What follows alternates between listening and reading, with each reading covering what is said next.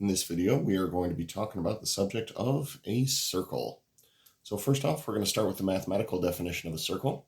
A circle is the set of all points that are the same distance from a given point, and we should include something super important here, within a plane. A circle is something that exists within 2 dimensions rather than existing within 1 or 3 or 4 dimensions. Or more if you're into that kind of thing. So 2 things that we're going to point out here is that there are 2 particular words associated with this. The distance that we're referring to is referred to as the radius of a circle, and the given point that we are referring to is referred to as the center of a circle. So generally speaking, when we talk about standard form of the equation of a circle, we need a method of identifying these 2 things, the center and the radius. So the center, we are going to use the ordered pair HK for this.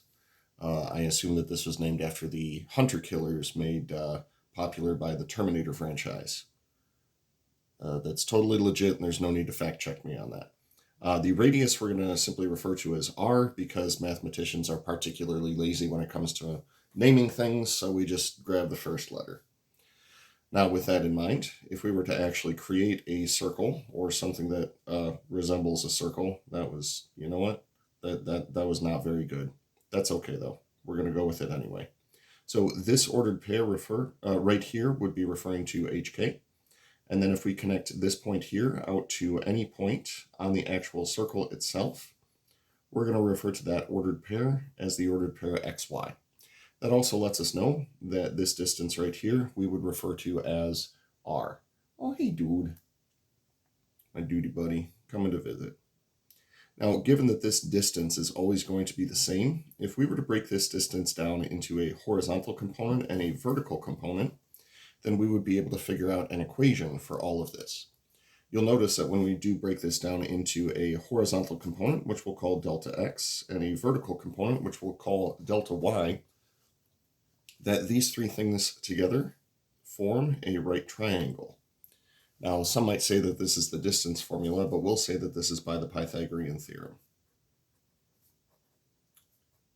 Pythagorean theorem. What we're saying is that delta x, quantity squared, plus delta y, quantity squared, is going to be equal to r squared. Now, typically when it comes to delta x and delta y, or a change in x and a change in y, we want to see the difference of the x coordinates and the difference of the y coordinates.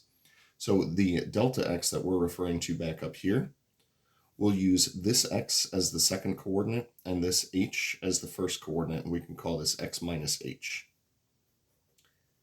Similarly, for the delta y, we would see that as y minus k.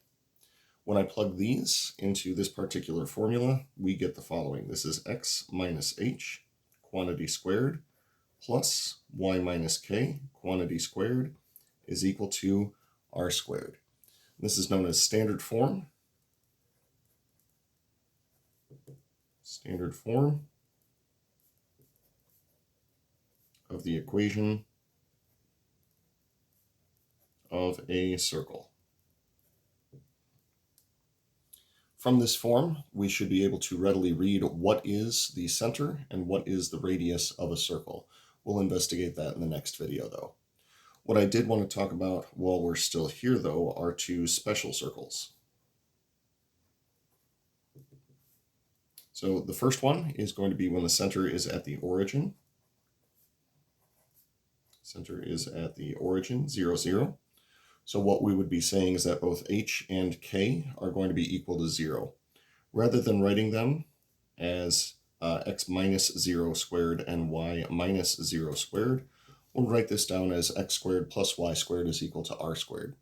You'll notice the similarity between this and the thing that we used to initially describe this thing is that this equation is very similar to the Pythagorean theorem, which we traditionally know as a squared plus b squared is equal to c squared. There's a very close link between right triangles and circles that we're going to see throughout this course. Now, the other one that I wanted to refer to is referred to as the unit circle. The unit circle also has its center at the origin, which is why it's going to also start with x squared plus y squared.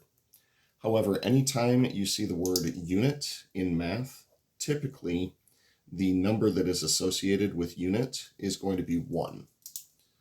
The reason that we refer to this as the unit circle is because the radius is going to be equal to 1. So if we plug in 1 for the radius, we get 1 squared in the equation, which is simply 1. The unit circle is something very significant to trigonometry, so we'll see that later on in this course, or perhaps even next semester.